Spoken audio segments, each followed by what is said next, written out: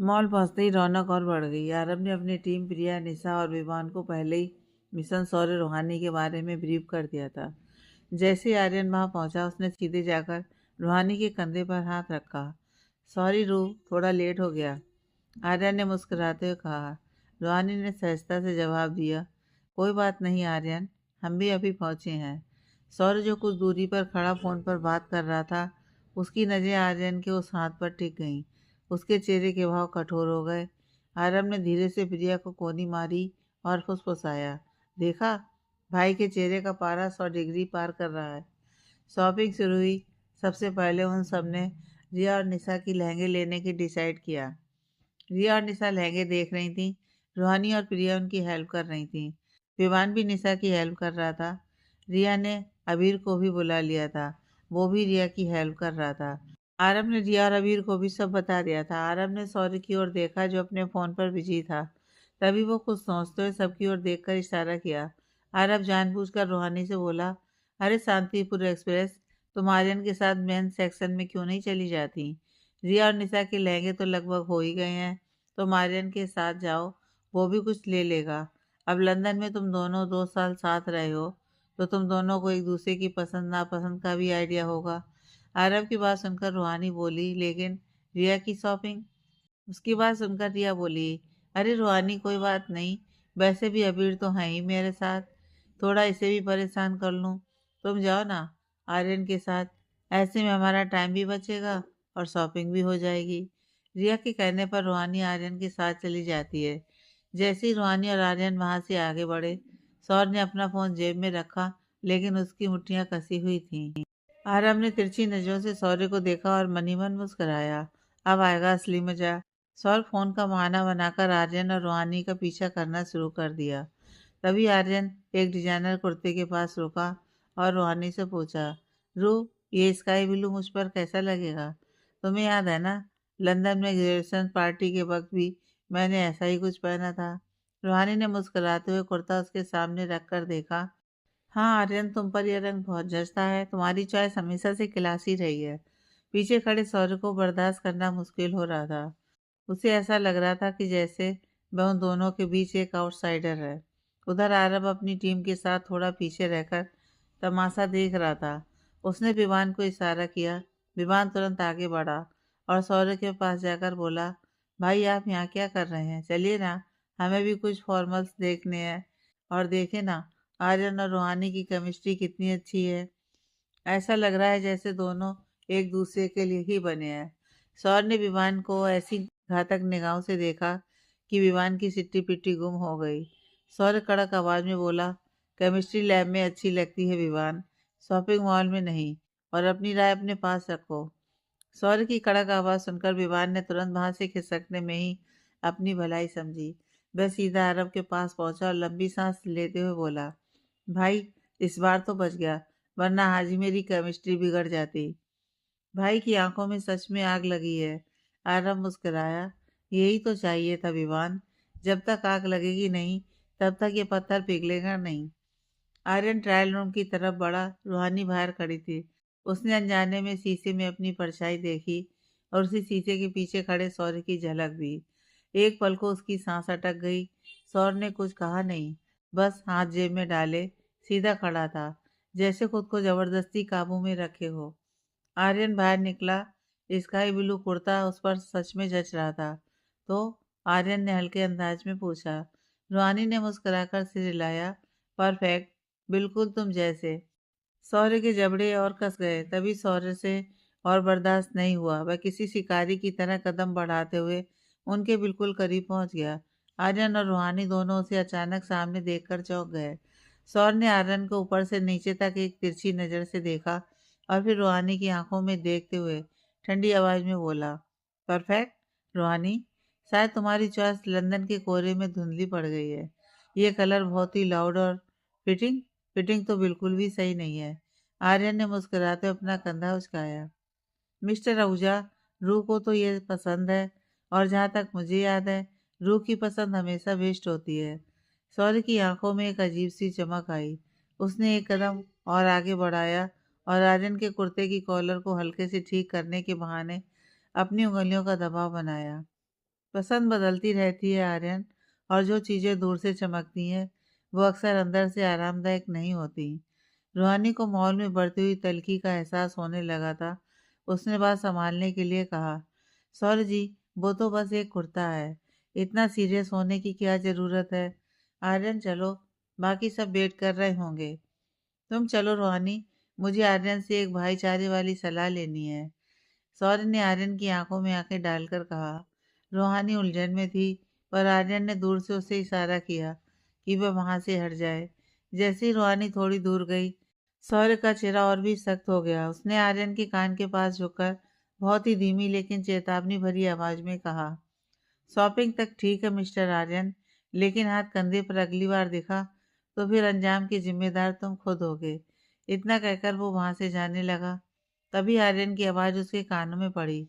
अंजाम की फिक्र वो करते हैं मिस्टर आहूजा जिन्हें अपनी मंजिल पर शक हो। मुझे तो साफ दिख रहा है कि रूहानी की मुस्कुराहट किसके साथ सबसे ज़्यादा खिलती है। आर्यन के लहजे में एक अजीब सी चुनौती थी। सौर्य के कदम वहीं ठिठक गए। उसने पीछे मुड़कर नहीं देखा, लेकिन उसके तने हुए कंधे बता रहे थे कि तीर निशाने पर लगा है। वह बिना कुछ कहे तेज कदमों से फूड कोर्ट की तरफ बढ़ गया। जब आर्यन और सौर वहां पहुंचे तो बाकी सब पहले से ही एक बड़ी राउंड टेबल घेरे बैठे थे। आरब ने अपनी सातिर प्लानिंग के तहत रूहानी की बगल वाली सीट खाली छोड़ रखी थी और दूसरी तरफ खुद बैठ गया था।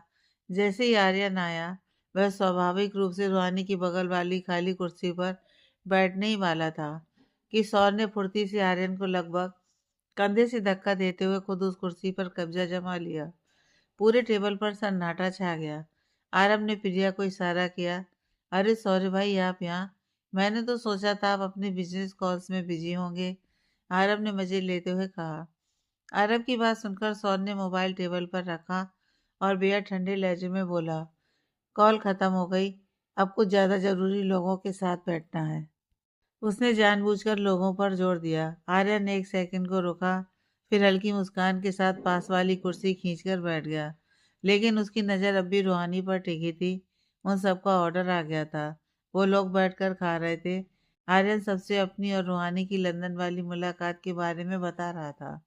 आर्यन बड़े उत्साह से बता रहा था, रूह और मैं जब लंदन में थे तो वीकेंड्स पर हम अक्सर साउथ बैंक की तरफ निकल जाते थे। एक बार तो कड़ाके की ठंड में इसकी आइसक्रीम खाने की जिद ने हमें 2 मील पैदल चलवाया था। है ना रूह? रूहानी उन यादों में खोकर मुस्कुरा दी। हाँ, और उस दिन तो मुझे पूरे रास्ते डांट रहे थे, लेकिन फिर मैंने अपनी जैकेट भी तुम्हें पहना दी थी, आर्यन ने कहा। आर्यन की बात सुनकर सौर्य के हाथ में पकड़े चम्मच की पकड़ इतनी सख्त हो गई कि उसके नाखून सफ़ेद पड़ गए। वो जैसे ही उठता है तभी गलती से उसका हाथ जूस पर लगता है और वो जूस रूहानी के कपड़े पर गिर जाता है। सौर का गुस्सा एक पल में चिंता में बदल गया। सॉरी, मेरा ध्यान नहीं था, सौर ने धीमी आवाज में कहा, लेकिन उसकी आंखों में अभी जलन की चमक थी। आर्यन तुरंत उसके पास जाते हुए बोला, ओह नो रूह, तुम्हारी ड्रेस तो खराब हो गई। तभी रूहानी आर्यन से बोली, इट्स ओके, हम इसे साफ करके आते हैं। इतना कहकर वो बाथरूम की ओर चली जाती है। सौर्य भी वहां से चला जाता है। अरब सबकी ओर देखकर थम्स अप करता है। बाथरूम के बाहर सन्नाटा था। रूहानी बेसिन के पास खड़ी अपनी ड्रेस से जूस के दाग हटाने की कोशिश कर रही थी।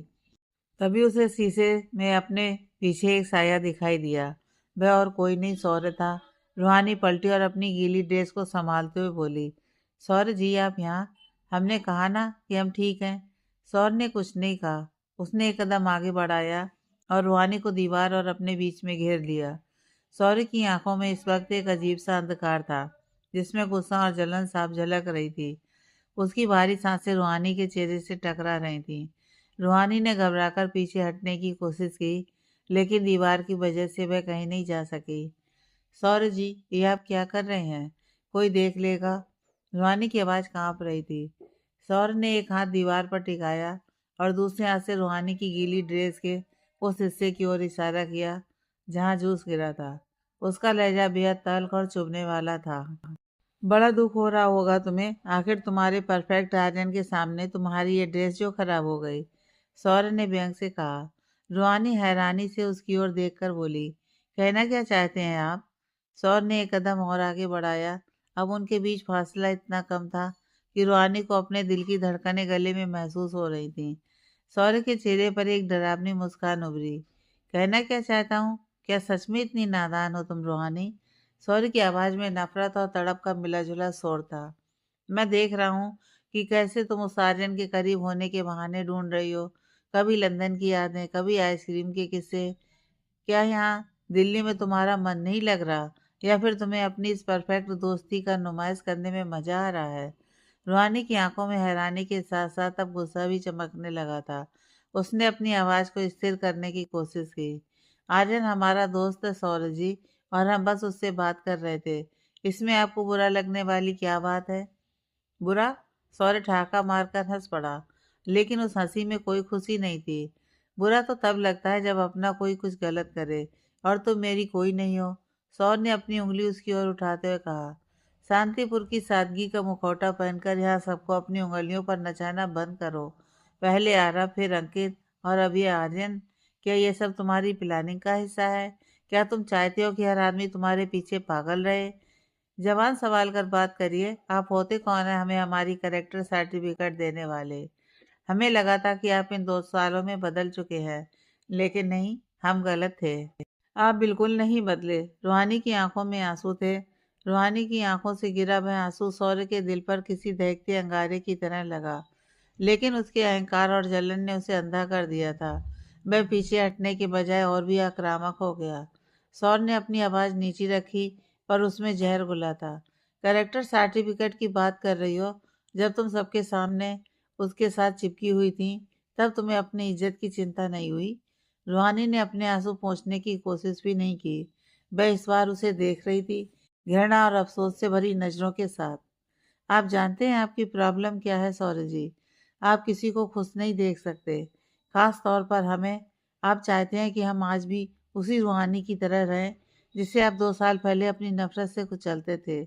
पर वो रूहानी मर चुकी है। सौर्य का हाथ जो दीवार पर टेका था, मैं गुस्से से कांपने लगा। तुम्हारी वो रूहानी मर चुकी है, तो ये नई रूहानी कौन है? वो जो आर्यन के एक इशारे पर मुस्कुराती है? वो जो उसकी बाहों में सिमट कर लंदन की गलियों को याद करती है? अगर तुम्हें वही जिंदगी चाहिए थी, तो यहाँ क्यों आई? क्यों बार बार मेरी नज़रों के सामने आकर मुझे मुझे सौर्य बोलते बोलते रुक गया। उसका गला रुंध गया था। वो जो कहना चाहता था कि वो पागल हो रहा है, कि उसे डर लग रहा है कि वह उसे खो देगा, वो शब्द उसके होठों तक आकर वापस लौट गए। रूहानी ने एक फीकी मुस्कान दी। आगे कहिए, क्यों आपको यह सब बर्दाश्त नहीं हो रहा? क्योंकि आप हमसे नफरत करते हैं? नहीं सौर्य जी, ये नफरत नहीं है। ये आपकी वो आदत है जिसमें आप हर चीज़ पर अपना कब्जा जमाना चाहते हैं। लेकिन हम आपकी कोई जागीर नहीं है। रूहानी ने उसे जोर से धक्का दिया, और इस बार सौर्य खुद पीछे हट गया, जैसे उसकी कड़वी सच्चाई ने उसे कमज़ोर कर दिया हो। रूहानी तेजी से बाहर निकल गई। बाथरूम के शीशे में सौर्य ने अपनी ही परछाई देखी। उसकी आंखें लाल थीं। उसने गुस्से में अपना हाथ बाथ बेसिन पर दे मारा। वह खुद को संभालना चाहता था, पर रूहानी के शब्दों ने उसे अंदर तक तोड़ दिया था। आप बिल्कुल नहीं बदले। शॉपिंग के बाद सब लोग अपने घर चले गए। सौर्य और आरव वहीं से ऑफिस के लिए निकल गए। शाम के वक्त घर का माहौल शांत था। रूहानी कमरे में थी और रिया छत पर अबीर से बात करने के लिए गई थी। रूहानी खिड़की से बाहर देखते हुए वह बार बार सौर्य की उन बातों को याद कर रही थी। तुम मेरी कोई नहीं हो। तभी कमरे के दरवाजे पर दस्तक हुई। दादी माँ अंदर आईं। उन्होंने रूहानी के उदास चेहरे को देखा और समझ गईं कि कुछ तो हुआ है। रूहानी बेटा, तुम थकी हुई लग रही हो। क्या हुआ? शॉपिंग अच्छी नहीं रही? दादी ने प्यार से उसके सिर पर हाथ फेरते हुए पूछा। रूहानी ने जबरदस्ती एक मुस्कान चेहरे पर लाई। नहीं दादी माँ, बस थोड़ा सिर दर्द है, और कुछ नहीं। तभी रिया कमरे में आई। दादी रिया को देखकर बोली, ये देखो, इस लड़की की तो जब से सगाई तय हुई है, फोन से चिपकी ही रहती है। दादी की बात सुनकर रिया ने शर्माते हुए अपना फोन पीछे छुपा लिया और खिलखिलाकर मुस्कुरा दी। अरे दादी, अब सगाई होने वाली है, तो थोड़ी बातें तो करनी पड़ेंगी ना। अबीर बेचारा कब से वेट कर रहा था। रिया की चंचलता ने कमरे के बाहरी माहौल को थोड़ा हल्का करने की कोशिश की, लेकिन रूहानी की उदास नजरों से रिया का बच पाना मुश्किल था। रिया ने दादी को गले लगाया और उन्हें बाहर ले जाने लगी। दादी माँ, मम्मी नीचे आपको बुला रही हैं। शायद डिनर की तैयारी के लिए कुछ पूछना है। आप जाइए, मैं रूहानी का सिर दबा देती हूँ। इसका सिर छूमंतर हो जाएगा। दादी के जाते ही रिया का चेहरा गंभीर हो गया। वो रूहानी के पास आई और उसका हाथ थाम लिया। रूहानी, क्या हुआ है? शॉपिंग मॉल में जब तुम बाथरूम से निकली तब से तुम्हारा चेहरा उतरा हुआ है, और सौरभ भाई भी अचानक ऑफिस के लिए निकल गए। क्या तुम दोनों के बीच कुछ हुआ? रूहानी ने अपनी नज़र चुरा ली। वह नहीं चाहती थी कि रिया की खुशियों के बीच उसके और सौर्य के बीच का कड़वा सच आए। कुछ नहीं रिया, बस थोड़ी थकावट है। तुम्हें पता है ना, हमें भीड़ भाड़ ज़्यादा पसंद नहीं है। हम आंटी की हेल्प करा आते हैं। इतना कहकर रूहानी नीचे चली जाती है। इधर ऑफिस में केबिन की लाइटें बंद थी। सौर्य अपनी कुर्सी पर पीछे की ओर से टिकाए बैठा था। मेज पर रखी उसकी फाइलें वैसी की वैसी पड़ी हुई थीं। उसके दिमाग में रूहानी की वो आखिरी मुस्कान और वो शब्द गूंज रहे थे, हम आपकी कोई जागीर नहीं है। तभी आरब केबिन में दाखिल हुआ। उसने लाइट ऑन नहीं की, बस सोफे पर बैठ गया। भाई, रात के 9 बज रहे हैं, घर नहीं चलना? आरब ने शांति से पूछा। तुम जाओ, मैं कुछ देर में आ जाऊंगा। सौरभ की आवाज़ सूखी और भारी थी। लेकिन भाई, आरब आगे कुछ कहता उससे पहले ही सौर ने उसकी बात काट दी। मैंने कहा ना, सौर ने सख्ती से कहा। आरब बिना कुछ बोले वहां से चुपचाप चला गया। अरब के जाने के बाद सौर्य अपनी कुर्सी पर टेक लगाकर आंखें मूंद ली। रात की 11 बज चुके थे। डिनर टेबल पर सब लोग खामोश थे। त्रिलोक जी ने अपनी घड़ी देखी और संगीता जी की ओर सवालिया नजरों से देखा। सौर्य अभी तक नहीं आया? त्रिलोक जी ने भारी आवाज में पूछा। आरब ने कहा कि वह ऑफिस में कुछ काम खत्म करके आएगा। संगीता जी ने धीरे से जवाब दिया और रूहानी की ओर देखा, जो बस अपनी प्लेट में खाना चला रही थी, खा नहीं रही थी। डिनर के बाद रूहानी छत पर चली गई। उसे कमरे में घुटन महसूस हो रही थी। ठंडी हवा के झोंकों ने उसे थोड़ा सुकून दिया। वह मुठभेड़ के सहारे खड़ी होकर सामने वाली सड़क को देख रही थी।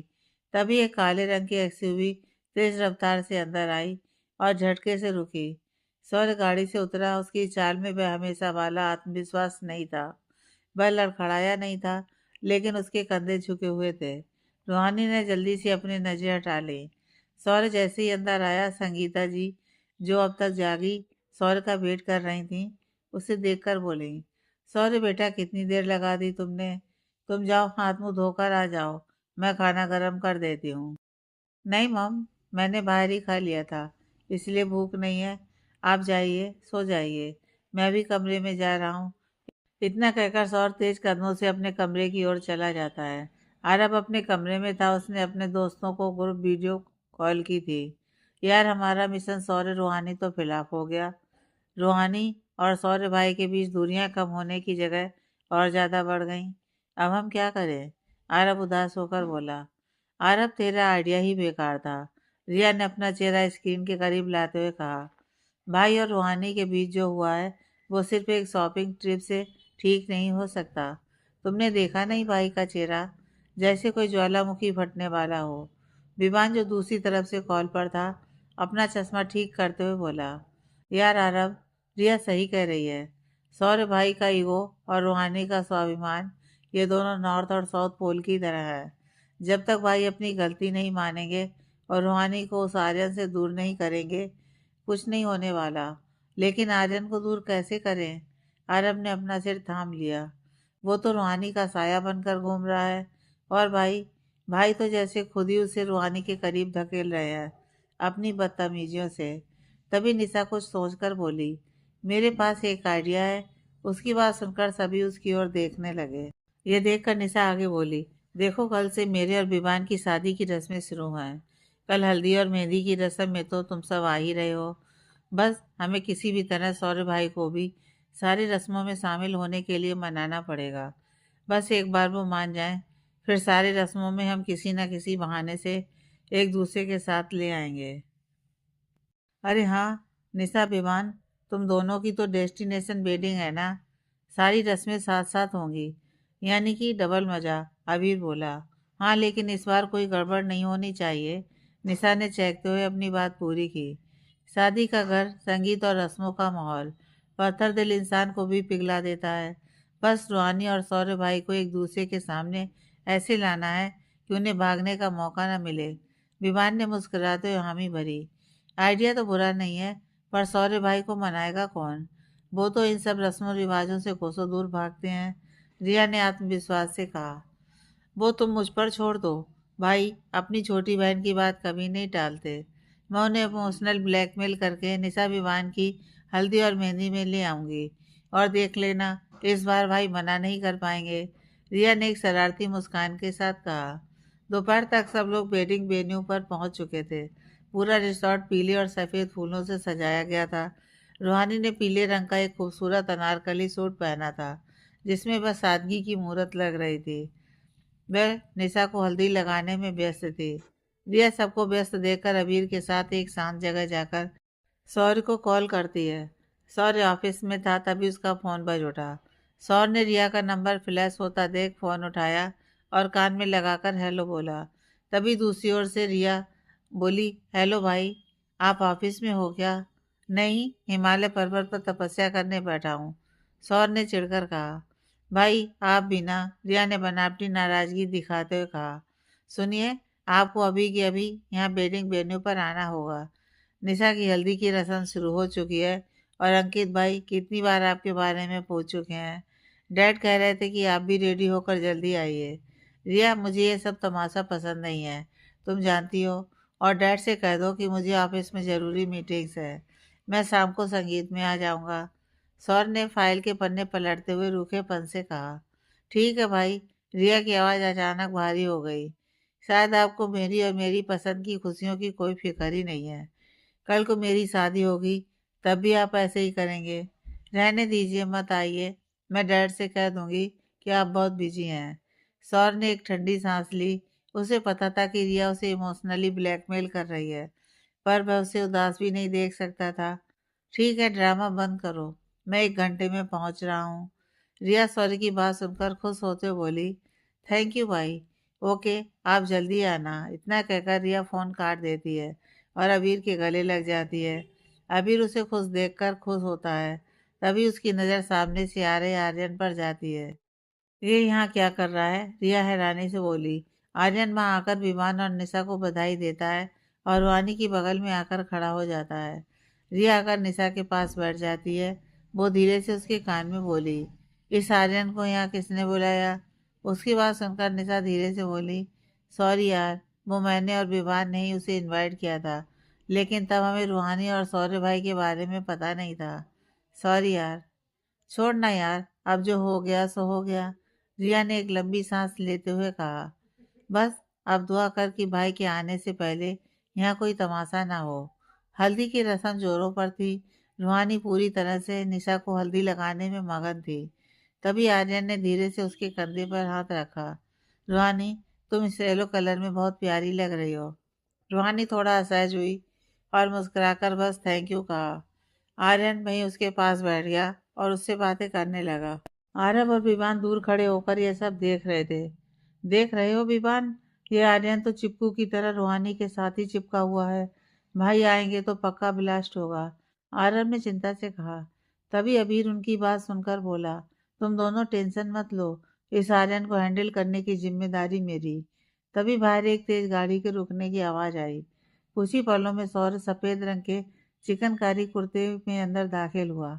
उसकी शख्सियत में एक ऐसा रुतबा था कि आते ही सबका ध्यान उसकी ओर चला गया। जैसे ही उसकी नज़र रूहानी पर पड़ी, उसका चेहरा थोड़ा नरम हुआ, लेकिन अगले पल रूहानी के ठीक बगल में बैठे आर्यन को देखकर उसके जबड़े भिज गए। सौर्य के चेहरे का वह नरम भाव पल भर में गायब हो गया और उसकी जगह एक सर्द खामोशी ने ले ली। उसने अपनी मुट्ठियां भींच लीं। भाई आप आ गए? रिया दौड़कर उसके पास गई और उसे अंदर ले आई। निशा ने मुस्कुराते हुए कहा, सॉरी भाई, बहुत देर कर दिया आपने। अब जल्दी से आइए और हमें हल्दी लगाइए। तभी अंकित भी वहां आते हुए बोला, अरे सौर्य तू अब आया? चल कोई ना, जल्दी से दूल्हा दुल्हन को हल्दी लगा दे। सौर्य कटोरी से हल्दी लेकर निसार विमान को लगा देता है। सबकी हल्दी लगाने के बाद अब सारे दोस्त मिलकर एक दूसरे पर हल्दी लेकर टूट पड़ते हैं। सभी मिलकर विवान और निशा को हल्दी से नहला देते हैं। उसके बाद आरव प्रिया की ओर देखता है। प्रिया निशा और विवान को देखकर, जो अभी तक हंस रही थी, उसकी नज़र जैसे ही आरव पर पड़ी, आरव हल्दी वाले हाथों से उसकी ओर ही शरारती नजरों से देख रहा था। यह देखकर प्रिया उससे बचने के लिए वहां से भागने लगती है।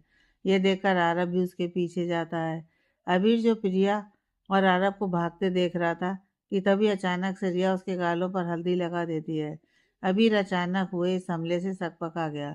उसने देखा कि रिया हाथ में हल्दी लिए खिलखिलाकर हंस रही थी। ओह, तो ये जंग शुरू हो गई है, अबीर ने अपनी आंखें सिकोड़ते हुए कहा और रिया को पकड़ने के लिए झपटा। रिया बचाओ बचाओ चिल्लाती हुई मेहमानों के बीच से भागने लगी। पूरा माहौल हंसी मजाक और शोर शराबे से भर गया था। चारों तरफ पीला रंग उड़ रहा था। इसी भगदड़ के बीच रूहानी एक कोने में खड़ी होकर इस नज़ारे को देख रही थी। तभी उसकी नज़र आर्यन पर पड़ी, जो हल्दी वाले हाथों से उसकी ही ओर मुस्कुराकर बढ़ रहा था। ये देखकर रूहानी पीछे हटते हुए बोली, नो आर्यन प्लीज, आज तो मुझसे नहीं बचने वाली रूह।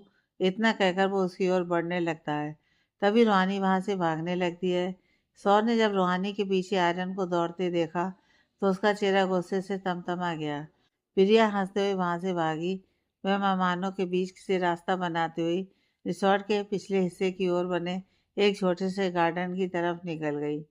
वह सोच रही थी कि वह अरब से बच निकली है, पर जैसे ही वह एक बड़े से पिलर के पास रुकी, अरब ने अचानक पीछे से आकर उसे घेर लिया।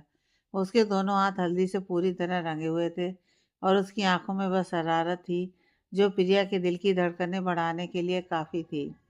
प्रिया ने हल्के पीले रंग का सूट पहना था और उसके चेहरे की सादगी उस धूप में भी और भी निखर रही थी। आरब, नहीं, तुम ऐसा कुछ नहीं करोगे, प्रिया ने पीछे हटते हुए चेतावनी दी। क्यों नहीं?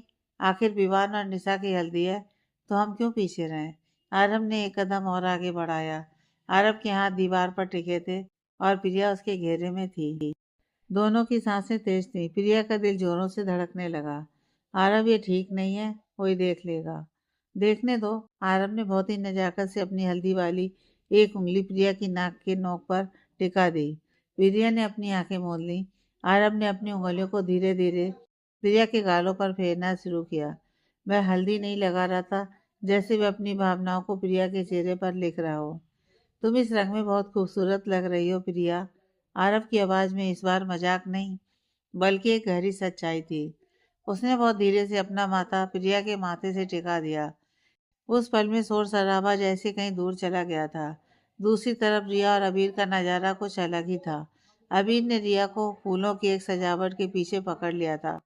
बहुत भाग रही थी ना तुम? अबीर ने हंसते हुए रिया के दोनों हाथों को एक हाथ से पकड़ लिया और दूसरे हाथ में ढेर सारी हल्दी लेकर उसके चेहरे के करीब लाया।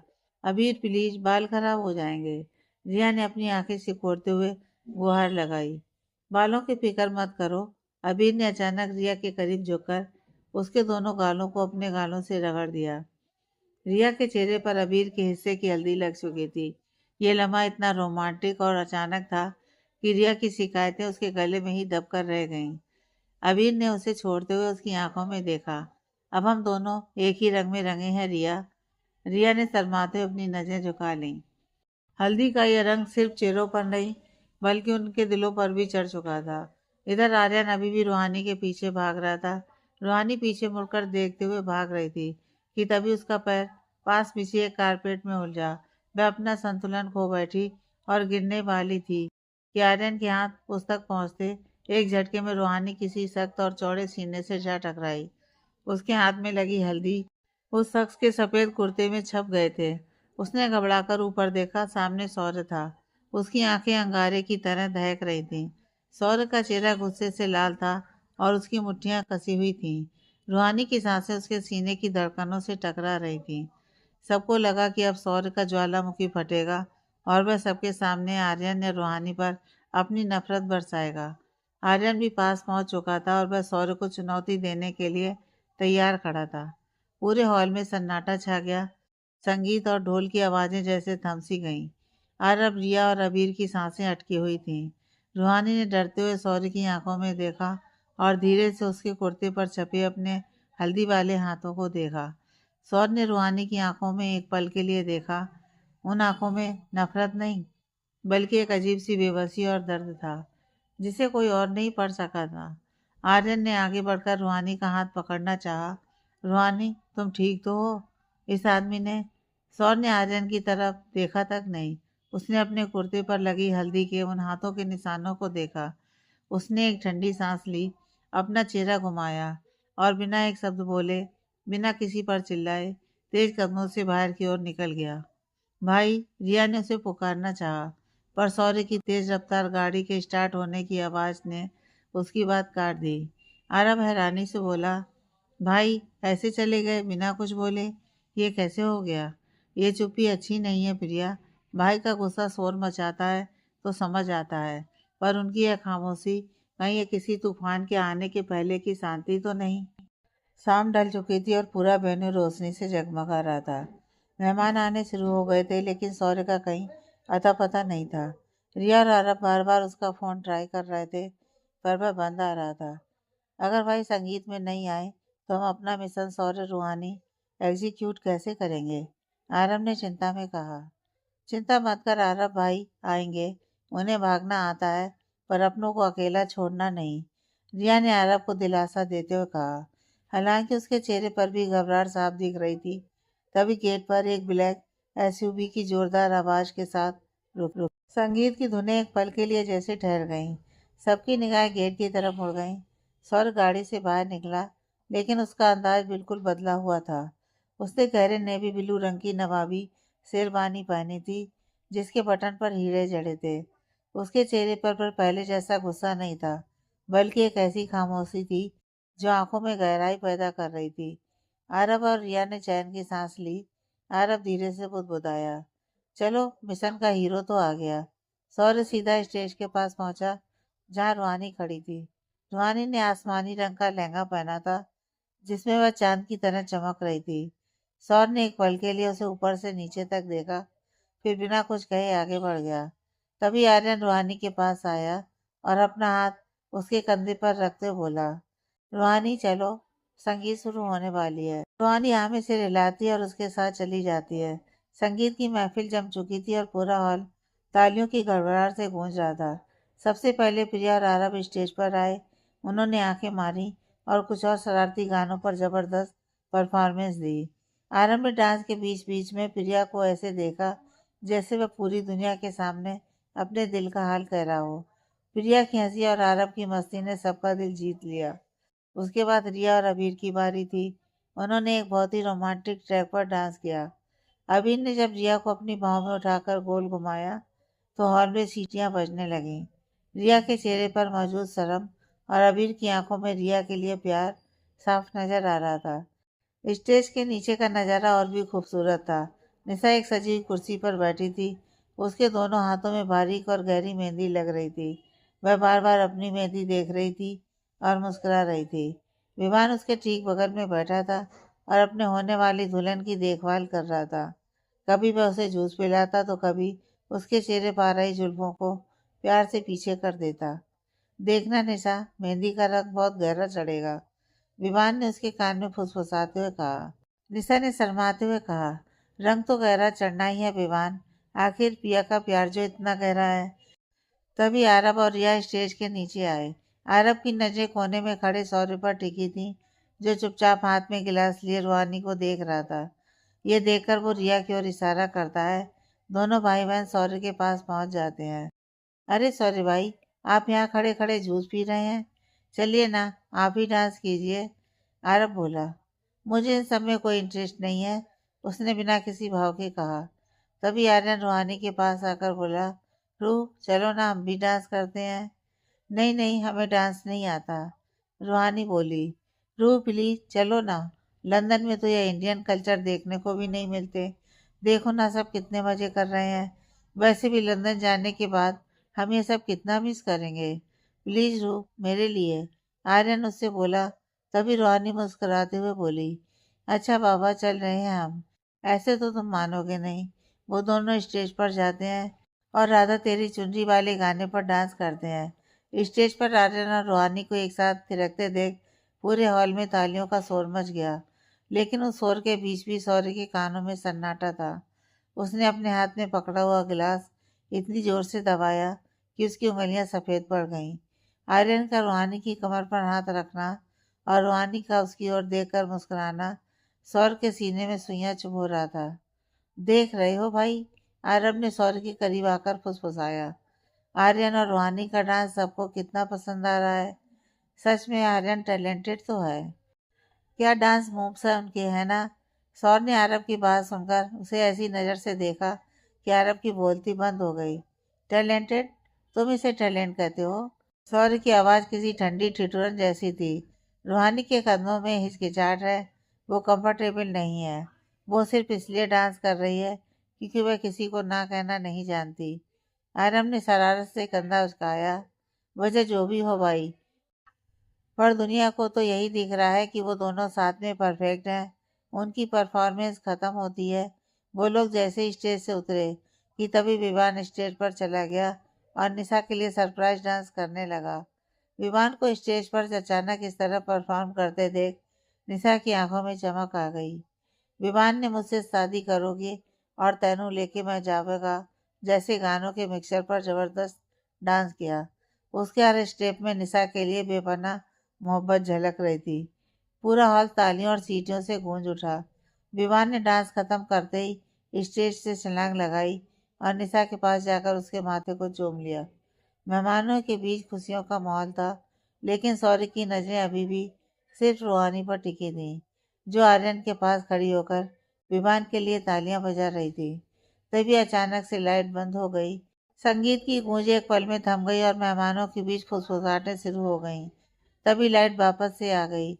अचानक सबकी नजरें स्टेज पर पड़ी, जहां सौर्य खड़ा था। वो माइक थामते हुए हल्का मुस्कुराकर बोला, लेडीज एंड जेंटलमैन, सबकी परफॉर्मेंस तो हो गई, लेकिन आज की सबसे खास परफॉर्मेंस होनी अभी बाकी है। रूहानी Mishra please come on the stage. सौर्य के मुंह से अपना नाम सुनकर रूहानी का दिल जैसे एक पल के लिए धड़कना भूल गया। हॉल में सन्नाटा पसर गया। रूहानी की निगाहें सौर्य की आंखों में जा टिकी, जहाँ एक अजीब सी चुनौती और अधिकार का भाव था। आर्यन ने रूहानी का हाथ पकड़ना चाहा, लेकिन सौर्य की आवाज़ गूंजी, आर्यन, मुझे नहीं लगता कि रूहानी को स्टेज तक आने के लिए किसी सहारे की ज़रूरत है। रूहानी के पैर जैसे ज़मीन से चिपक गए थे, पर सौर्य की आंखों का सम्मान उसे अपनी ओर खींच रहा था। तभी रिया रूहानी की ओर देखकर बोली, रूहानी, जाओ ना, भाई तुम्हें बुला रहे हैं। रूहानी सबकी ओर देखती है और धीरे धीरे स्टेज की ओर बढ़ जाती है। सौर ने माइक्रोफोन स्टैंड पर वापस रखा और उसकी ओर हाथ बढ़ाया। रूहानी ने एक पल उसके हाथ की ओर देखा, फिर अपना हाथ उसके हाथ में रखकर स्टेज पर चढ़ गई। ये सब क्या कर रहे हैं आप? रूहानी धीमी लेकिन कठोर स्वर में सौर्य से बोली, क्या कर रहा हूँ मतलब? यहाँ सब अपने पार्टनर के साथ डांस कर रहे हैं, तो मैंने भी अपना पार्टनर चूज कर लिया। कोई प्रॉब्लम है तुम्हें? सौर्य ठंडी मुस्कान लिए बोला। रूहानी ने उसकी ओर एक नज़र देखा, फिर उससे अपनी नजरें हटा लीं। तभी बैकग्राउंड में एक गहरा रूहानी संगीत बजने के बाद धीमे वायलिन नोट्स हॉल में तैरने लगे। दिल खो गया, हो गया किसी का, अब रास्ता मिल गया खुशी का। आंखों में है ख्वाब सा, किसी का अब रास्ता मिल गया खुशी का। सौरन ने अपनी मजबूत हथेली रूहानी की कमर पर रखी और उसका हाथ अपने कंधे पर टिका दिया। रूहानी की सांसें तेज हो गई। जैसे ही सौर ने उसे अपनी ओर खींचा, रूहानी के आसमानी लहंगे के सितारे रोशनी में जगमगा उठे। सौर का डांस आर्यन जैसा फुर्तीला नहीं था, बल्कि उसमें एक ठहराव और तीव्रता थी। वह उसे इस तरह घुमा रहा था जैसे वह कोई नाजुक कांच की मूरत हो। जब सौर ने उसे अपनी बाहों में झुकाया, तो रूहानी की आंखें बंद हो गईं। नीचे खड़े आर्यन का चेहरा उतर गया था। आरव ने रिया को कोनी मारते हुए धीरे से कहा, देख रही हो रिया, शेर घायल जरूर था पर शिकार करना नहीं भूला। जैसे ही गाना अपने चरम पर पहुंचा, सौर्य रूहानी के कान के पास झुका और फुसफुसाया, एक बार तुम्हें खुद से दूर करने की गलती कर चुका हूँ, लेकिन इस बार नहीं, क्योंकि मेरी मंजिल अब बदल चुकी है। रूहानी ने चौंक कर सौर्य की ओर देखा, लेकिन इससे पहले कि वह कुछ कह पाती, गाना खत्म हुआ और हॉल तालियों की गड़गड़ाहट से गूंज उठा। सौर्य बड़ी नजाकत से उससे दूर हुआ और बिना पीछे मुड़े स्टेज से नीचे उतर गया। मेहमान आपस में फुसफुसाने लगे, इन दोनों की केमिस्ट्री तो दूल्हा दुल्हन से भी ज़्यादा ज़बरदस्त है। तभी संगीत की धुनें धीमी हुई और निशा की मेहंदी की रस्म को आगे बढ़ाया गया। बड़ी बूढ़ी औरतें शगुन के गाने गाने लगीं। सौर्य अपनी शेरवानी की आस्तीनें थोड़ी ऊपर चढ़ाता है और वहीं पास के एक सोफे पर बैठ जाता है। उसकी नज़रें अपनी कलाई की घड़ी पर कम और रूहानी पर ज़्यादा थीं। हॉल का माहौल अब पूरी तरह मेहंदी के रंग में रंग चुका था। चारों तरफ लड़कियां हाथों में कीप लिए बैठी थीं और ढोलक की थाप पर लोकगीत गाए जा रहे थे। निशा की हथेलियों पर कोहनी पर बारीक डिजाइन बन चुका था। रिया और प्रिया भी अपने अपने हाथों पर शगुन की मेहंदी लगवाने लगीं। तभी दादी माँ, जो बैठी सबकी ओर देख रही थी, बोली, अरे लड़कियों, जल्दी जल्दी मेहंदी लगा लो। कहा जाता है कि जिसकी मेहंदी जितनी ज्यादा गहरी रचेगी, उसका होने वाला पति उसे उतना प्यार करेगा। यह सुनकर आरव बोला, अरे ये क्या लॉजिक हुआ दादी? आजकल की मेहंदी तो केमिकल वाली होती है, वो तो वैसे भी गहरी रचेगी। अब क्या इसके लिए हम लड़कों की लव कैपेबिलिटी पर शक किया जाएगा? आरव की बात सुनकर सब खिलखिलाकर हंस पड़े। दादी ने प्यार से उसे डांटा, चुप कर खोटे, ये रस्में और रिवाज विश्वास के धागे से बंधे होते हैं। देख लेना, जिसके मन में जितना सच्चा प्यार होगा, रंग उतना ही निखर कर आएगा। रूहानी एक कोने में बैठी मेहंदी लगाते हुए सब सुन रही थी। सौरज दूर सोफे पर बैठा एक मैगजीन के पन्ने पलट रहा था। उसने अपनी निगाहें ऊपर उठाई। उसकी गहरी आंखों ने सीधा रूहानी के चेहरे को ताका। रूहानी ने तुरंत अपनी नजरें झुका ली और मेहंदी वाली को अपना हाथ थमा दिया। रिया मेहंदी लगाते हुए अबीर की ओर देखकर धीरे से बोली, अबीर, अगर मेहंदी गहरी नहीं रची ना, तो तुम्हारी खैर नहीं। अरे ये क्या बात हुई भला? अब मेहंदी के रंग का ठेका भी मुझे ही लेना पड़ेगा। अबीर ने मासूमियत से अपना चेहरा लटकाते हुए कहा। रिया, प्यार दिल में होना चाहिए, हथेली पर रचे रंग का क्या है, वो तो 2 दिन में उतर जाएगा। रिया ने नकली गुस्से से अपनी आंखें तरेरी। अबीर, ये 2 दिन की बात नहीं है, ये दादी की थ्योरी का सवाल है। अगर रंग हल्का हुआ तो मैं यही समझूंगी कि तुम मुझे लेकर सीरियस नहीं हो। पूरा हॉल इस नोकझोंक पर ठाके मारकर हंस पड़ा। विवान ने चुटकी लेते हुए कहा, अबीर, अभी भी वक्त है। कोई ऐसी मेहंदी ढूंढ लो जो पक्की वाली हो, वरना आपकी तो सामत आने वाली है। इसी हंसी मजाक के बीच रूहानी खामोश बैठी अपने हाथों को देख रही थी। मेहंदी वाली लड़की उसके हाथ पर बारीक जेल बना रही थी। तभी उस लड़की ने पूछा, मैम, हथेली के बीच में किसका नाम लिख दूं? रूहानी, जो अभी भी सौर्य की बातों को सोच रही थी, उसके मुंह से अनायासी सौर्य जी निकल आया, जिसे सुनकर मेहंदी वाली मुस्कुराते हुए सौर्य के नाम का पहला अक्षर यस लिख दिया। मेहंदी वाली मुस्कुराते हुए बोली, मैम, अब आपकी मेहंदी पूरी हो गई। रूहानी जैसे ही अपनी सोच से बाहर आई और मेहंदी वाली की बात सुनी, उसके होश उड़ गए। उसने अपनी हथेली की ओर देखा, जहाँ गहरे हरे रंग की मेहंदी से एक बहुत ही खूबसूरत और कलात्मक यश बना हुआ था। रूहानी का चेहरा एकदम से जर्द पड़ गया। उसे एहसास ही नहीं हुआ कि उसने कब और कैसे सौर्य का नाम ले लिया। उसने घबराकर अपनी मुट्ठी बंद करनी चाही, लेकिन मेहंदी गीली थी। अरे वाह रूहानी, दिखा तो सही, कैसी लग रही है तेरी मेहंदी? रिया चहकती हुई उसके पास आई। रूहानी ने अपना हाथ छिपाने की कोशिश की। तभी आर्यन वहां पहुंचा। उसने रूहानी का हाथ देखने के लिए हाथ बढ़ाया। दिखाओ रूह, तुम्हारी मेहंदी का डिजाइन कैसा लग रहा है, मैं भी तो देखूं। रूहानी की सांसें अटक गईं। उसने झटके से अपना हाथ पीछे खींच लिया। नहीं आर्यन, मेहंदी अभी के लिए खराब हो जाएगी।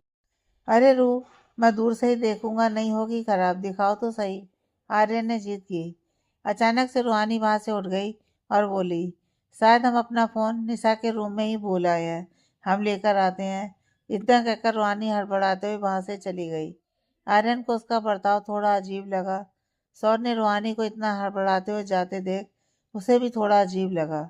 रूहानी जल्दी से बाथरूम का दरवाजा खोलकर अंदर आई और अपने हाथों की ओर देखा। रूहानी की सांसें तेज चल रही थीं।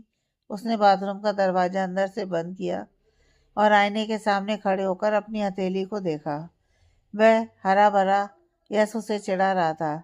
ये क्या कर दिया हमने, क्यों लिया उनका नाम? उसने खुद से फुसफुसाते हुए कहा। उसने तुरंत नल खोला और पानी की धार के नीचे अपनी हथेली रख दी। वह पागलों की तरह उस गीली मेहंदी को रगड़ने लगी। मिट जाओ प्लीज, मिट जाओ, वह बड़बड़ा रही थी। मेहंदी का हरा रंग धुलकर बेसिन में बहने लगा। लेकिन जैसा कि दादी ने कहा था कि सच्चे प्यार का रंग इतनी आसानी से नहीं छूटता, मेहंदी धुल तो गई, लेकिन हथेली पर एक गहरा नारंगी सा यस अभी भी साफ चमक रहा था। बाथरूम के दरवाजे पर जोर से दस्तक हुई। रूहानी, तुम अंदर हो? बाहर आर्यन की आवाज़ थी। रूहानी का दिल डूबने लगा। उसने जल्दी से अपने हाथ सुखाए और दुपट्टे से अपनी हथेली को पूरी तरह ढक लिया। उसने दरवाज़ा खोला तो सामने आर्यन खड़ा था। तुम ठीक तो हो? तुम अचानक से चली क्यों आई? आर्यन ने फिक्र जताते हुए उसका हाथ पकड़ना चाहा। रूहानी पीछे हटी। हाँ, वो हम अपना फ़ोन लेने आए थे। चलो नीचे चलते हैं। रूहानी और आर्यन जैसे ही सीढ़ियों से नीचे उतर रहे थे, सामने से सौर आता हुआ दिखा। उसकी नज़रें सबसे पहले रूहानी के उन हाथों पर पड़ी जो उसने दुपट्टे के नीचे कसकर दबा रखे थे। उसने उन दोनों पर एक पैनी निगाह डाली और वहां से चला गया। नीचे हॉल में अब माहौल और भी खुशनुमा हो गया था। निशा को विवान अपने हाथों से खाना खिला रहा था और आरब भी प्रिया को और अभी प्रिया को खाना खिला रहे थे। सभी अपने अपने पार्टनर के साथ खाना खा रहे थे। जैसे ही रूहानी अपनी जगह पर बैठी, दादी माँ उसके पास आई। अरे रूहानी, तुमने इतनी जल्दी अपने हाथ क्यों धो लिए? वो दादी माँ, मेहंदी खराब हो गई थी, इसलिए हमने धो दिया। रूहानी बहाने करते हुए बोली। अरे पर रंग चढ़ने तो देती बेटा, दादी माँ ने अफसोस जताते हुए कहा। खैर दिखाओ तो सही, कुछ तो रंग लाया ही होगा। रूहानी ने अपना हाथ दुपट्टे में और जोर से भींच लिया। उसका दिल जोर जोर से धड़क रहा था। तभी सौर्य वहां आते हुए बोला, दादी मामा आपको बुला रही थी। दादी माँ ने रूहानी की ओर देखा और मुस्कुराते हुए बोली, अच्छा मैं अभी आती हूँ, तब तक तू कुछ खा ले। जैसे ही दादी माँ वहां से गईं, रूहानी ने राहत की सांस ली, पर उसे क्या पता था कि असली मुश्किल तो अब शुरू होने वाली है। सौर्य अब ठीक रूहानी के सामने खड़ा था। उसकी आंखों में एक ऐसी चमक थी जो रूहानी को बेचैन कर रही थी। रूहानी तुरंत वहां से उठकर खाने की प्लेट लेने चल पड़ी। रूहानी अपनी प्लेट में खाने की आइटम ले रही थी, लेकिन उसका दाहिना हाथ अभी भी दुपट्टे से लपेटा हुआ था। रूहानी एक हाथ से प्लेट संभालने की कोशिश कर रही थी, जो उसके लिए काफी मुश्किल हो रहा था। तभी उसके पीछे से एक मजबूत हाथ आया और उसकी प्लेट को सहारा दिया। रूहानी ने पलटकर देखा, वह सौर्य था। एक हाथ से जंग नहीं जीती जाती रूहानी, सौर्य ने धीमी और भारी आवाज में कहा। उसने बिना कुछ पूछे रूहानी के हाथ से प्लेट ले ली और खुद उसमें खाना परोसने लगा। रूहानी असहज होकर इधर उधर देखने लगी। हम कर लेंगे, आपकी जरूरत नहीं है हमें। चुपचाप खड़ी रहो, सौर ने उसे टोकते हुए कहा। उसने प्लेट में उसकी पसंद की चीजें रखी और फिर उसे टेबल की ओर ले जाने लगा। सौर ने प्लेट रूहानी को देने के बजाय टेबल पर रख दी और बड़े शांत अंदाज में बोला, क्या बात है रूहानी, ऐसा क्या छिपा रही है उस हथेली में जो तुम अपने दोस्तों को भी नहीं दिखाना चाहती? रूहानी का चेहरा सफेद पड़ गया। सौर का लहजा इतना शांत था कि वह और भी डरावना लग रहा था। वह जानती थी कि सौर उसे उकसा रहा है। कुछ नहीं छिपाया है हमने, रूहानी ने नजर चुराते हुए कहा और प्लेट उठाने के लिए अपना बायां हाथ आगे बढ़ाया।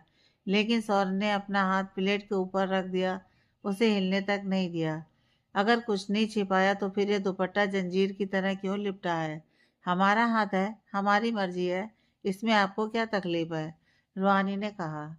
सौर के चेहरे पर एक कुटिल मुस्कान उभरी। उसने एक कदम और करीब बढ़ाया, इतना करीब कि रूहानी को उसके परफ्यूम की तेज खुशबू आने लगी। तकलीफ? सौर ने फुसफुसाते हुए कहा। तकलीफ मुझे नहीं, तुम्हें हो रही है रूहानी।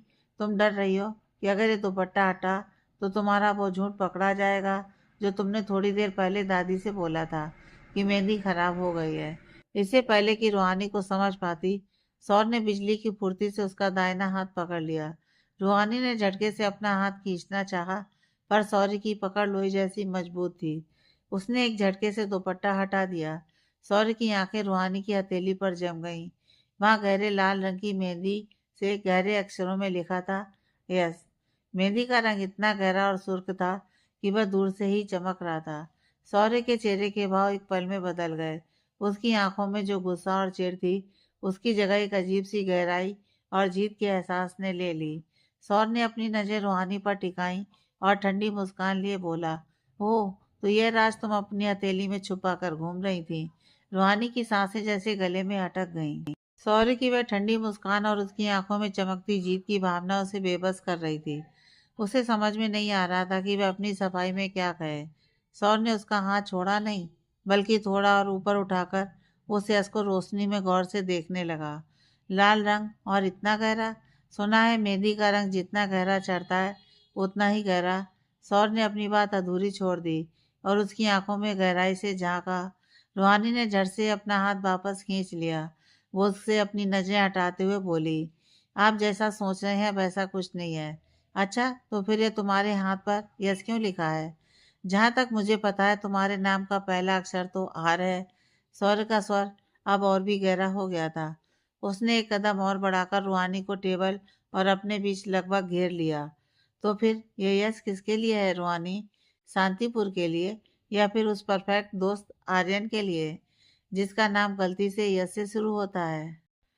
किसी के लिए नहीं, ये हमने अपने लिए लिखा है। हमारे नाम में भी यस आता है, रूहानी बोली। सौर ने एक ठंडी और शरारत भरी हंसी दी। उसकी आंखों में रूहानी की ये मासूम सी दलील साफ पकड़ी जा रही थी। उसने हार नहीं मानी और एक कदम और करीब आकर उसके कानों के पास बिल्कुल धीमी आवाज में बोला, तुम्हारे नाम में यस आता है? हाँ, रूहानी मिश्रा। रूहानी ने अपने सरनेम पर जोर देते हुए कहा। मिश्रा में यश आता है। सौर के होठों पर एक ऐसी मुस्कान आई जो रूहानी के झूठ को एक पल में बेनकाब कर रही थी। उसने एक गहरी सांस ली और झुककर उसके चेहरे के इतने करीब आया कि रूहानी को अपनी पलकें झपकाना भी मुश्किल लग रहा था। मिश्रा में यश आता है, सौर ने उसकी आंखों में आंखें डालकर फुसफुसाते हुए कहा। बड़ी तेज हो गई हो रूहानी। रूहानी ने अपना हाथ झटके से छुड़ाया और उसे हल्का सा धक्का देकर दौड़कर वहां से चली गई। रूहानी के धक्के से सौर्य एक पल के लिए पीछे हटा, लेकिन उसके चेहरे पर गुस्सा नहीं, बल्कि एक अजीब सी जीत की चमक थी।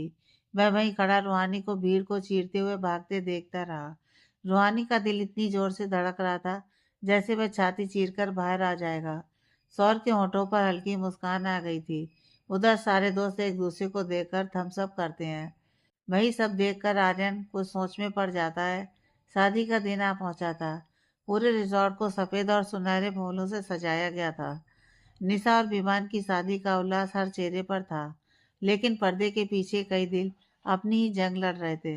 रूहानी सुबह से ही निशा को तैयार करने में व्यस्त थी। उसने आज पेस्टल पिंक रंग का बेहद खूबसूरत लहंगा पहना था।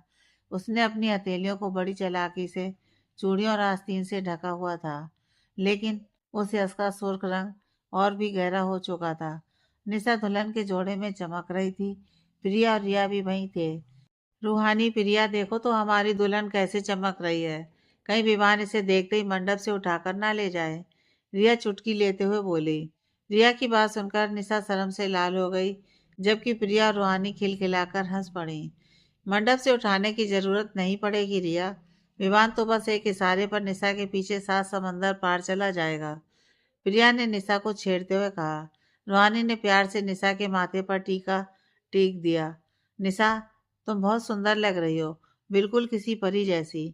निशा ने मुस्कुराते हुए रूहानी का हाथ अपने हाथ में लिया और अचानक उसकी नज़र रूहानी की हथेली पर पड़ी। रूहानी ने जल्दी से अपनी आस्तीन नीचे करने की कोशिश की, लेकिन निशा ने उसे पकड़ लिया। वाह रूहानी, तुम्हारी मेहंदी तो कितनी गहरी रची है, निशा बोली। तभी रिया शरारती लहजे में बोली, लगता है हमारी रूहानी का होने वाला पति उससे बहुत प्यार करेगा। रिया, ऐसा कुछ नहीं है, रूहानी अपना हाथ छुपाते हुए बोली। तभी दरवाजे पर आरब ने दस्तक दी। वह शेरवानी में बहुत जच रहा था। लेडीज, अगर आपकी गॉसिप खत्म हो गई हो तो दूल्हे राजा मंडप पर पहुंच चुके हैं और अपनी दुल्हन का बेसब्री से इंतजार कर रहे हैं। सब लोग निशा को लेकर नीचे की ओर बढ़े। हॉल का नज़ारा जादुई था। फूलों की खुशबू और मंत्रों की आवाज़ से पूरा घर गूंज रहा था। जैसे ही निशा ने सीढ़ियों से उतरना शुरू किया, विवान की नजरें उस पर जम गईं। वह सच में सब कुछ भूलकर उसे ही देख रहा था, लेकिन उस भीड़ में रूहानी की नजरें किसी और को ढूंढ रही थीं। तभी पिलर के पास खड़े सौर्य से उसकी नजरें टकराईं। सौर्य ने डार्क नेवी ब्लू शेरवानी पहनी थी और वह इतना प्रभावशाली लग रहा था कि रूहानी का दिल एक पल के लिए धड़कना भूल गया। सौर्य की नजर रूहानी के चेहरे से होते हुए उसकी कलाई पर गईं, जहां उसने पट्टी की जगह अब रेशमी धागे और चूड़ियां पहन रखी थीं, ताकि वह यश छुप सके। सौर ने एक तिरछी मुस्कान दी। तभी आर्यन, जो अब तक खामोश था, रूहानी के पास आकर खड़ा हो गया। बहुत खूबसूरत लग रही हो रूह, रूहानी हल्का सा मुस्कुरा दी। सौर ने जैसे ही आर्यन को रूहानी के करीब देखा, उसके चेहरे के भाव कठोर हो गए। शादी की रस्में शुरू हुई। विवान और निशा एक दूसरे को वरमाला पहना रहे थे। सब तालियां बजा रहे थे। इधर लड़कियों की अलग ही प्लानिंग चल रही थी कि वो विवान का जूता कैसे चुराएं। इधर अबीर और आरब भी विवान के जूते की पहरेदारी बखूबी कर रहे थे। आरब ने शरारत से चिल्लाकर कहा, अरे ओ लड़कियों, जितनी भी प्लानिंग कर लो, विवान के जूते चुराना नामुमकिन है। दूल्हे टीम की सिक्योरिटी को भेजना तुम्हारे बस की बात नहीं। प्रिया ने मुंह चिढ़ाते हुए कहा, सिक्योरिटी? अभी देखना आरब, तुम्हारी आंखों के सामने से जूते गायब होंगे और तुम्हें पता भी नहीं चलेगा। मंडप के पास अब एक अलग ही युद्ध छिड़ चुका था, जूता छुपाई का महायुद्ध। विवान बेचारा फेरों की तैयारी में लगा था, लेकिन उसके आसपास आरब और अबीर किसी कमांडो की तरह तैनात थे। प्रिया उनकी ओर देखते हुए रिया और रूहानी से बोली, यार ये दोनों तो चुंबक की तरह जूतों से चिपके हुए हैं, हम जूते कैसे लेंगे उनसे। तभी रूहानी कुछ सोचते हुए उन दोनों को अपने पास बुलाकर उन्हें कान में कुछ कहती है, जिसे सुनकर दोनों के चेहरे पर चमक आ जाती है। वो दोनों से थम्सअप कर वहां से चली जाती हैं। आरब पानी पीने गया था और जूते की रखवाली अबीर कर रहा था। तभी वहां रिया आकर उसके पास बैठ जाती है और बड़े ही प्यार से अबीर को निहारने लगती है। अबीर, जो अब तक किसी कमांडो की तरह सतर्क बैठा था, रिया की नज़दीकी और उसके देखने के अंदाज से थोड़ा असहज पर खुश हो गया। रिया ने अपनी पलकें झपकाते हुए धीरे से कहा, अबीर, वैसे तो तुम हमेशा ही अच्छे लगते हो, लेकिन आज इस शेरवानी में तुम सच में बहुत हैंडसम लग रहे हो। अबीर मुस्कुराया और थोड़ा करीब होते हुए बोला, तारीफ के लिए शुक्रिया रिया, पर याद रखना, तुम्हारी इन बातों से मेरा ध्यान जूतों से नहीं हटने वाला। रिया ने एक बनावटी शिकायत के साथ अपना हाथ अबीर के कंधे पर रखा।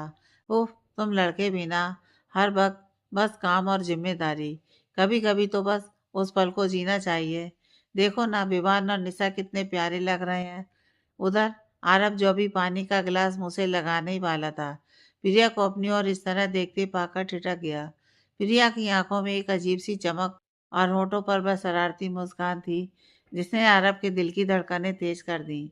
प्रिया धीरे धीरे आरब के करीब आई और उसकी शेरवानी के कॉलर को ठीक करने के बहाने बहुत करीब खड़ी हो गई। आरब ने हकलाते हुए कहा, प्रिया, तुम यहाँ क्या कर रही हो? तुम्हें तो जूतों की ताक में होना चाहिए था।